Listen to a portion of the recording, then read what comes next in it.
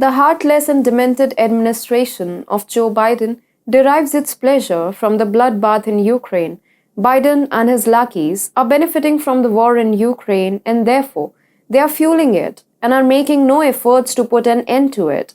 On the other hand, Zelensky doesn't care about his people. Safe to say, he has never cared about them. And now, he has even put Ukraine's sovereignty up for sale for his masters in the Oval Office.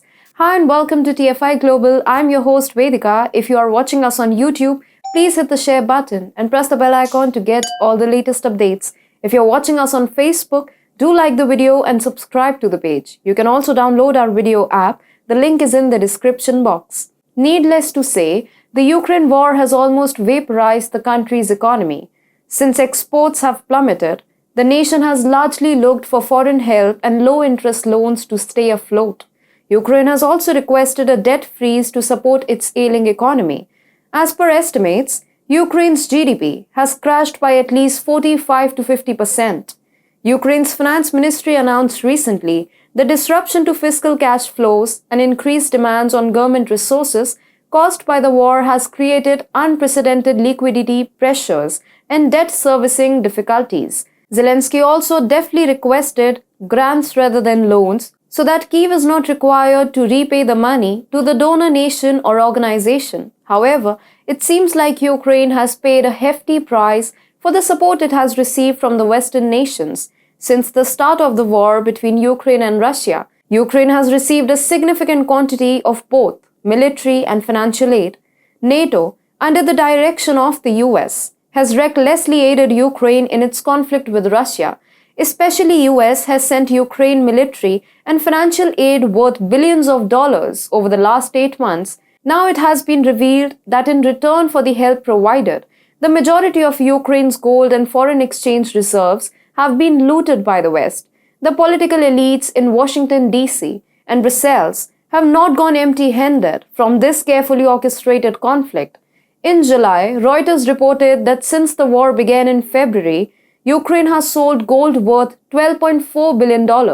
According to the deputy governor of Ukraine's National Bank, selling gold was vital to keep the nation operating. He declared, "We are selling this gold so that our importers are able to buy necessary goods for the country."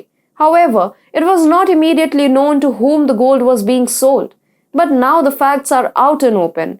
It's Biden's US that has plundered all of Ukraine's gold wealth. Gold is essential to a country's sovereignty.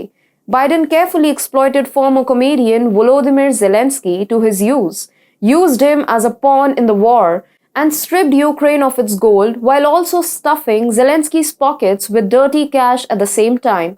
Transparency International's corruption index places Ukraine at the bottom third. So, poor Ukrainians actually never received the aid and essentials Zelensky sold Ukraine's gold for. Gold reserves can aid a country's currency. When gold prices rise, a nation with rich gold reserves sees a boost in its economy. To put it another way, gold is not just a tangible asset, but a vital element of a country's sovereignty and economic independence. Along with government bonds, gold is one of the most important reserve assets globally. But one can't expect a comedian to show rational on such important issues. Speaking of Biden, minting billions out of the Ukraine conflict has been his sole agenda from day one.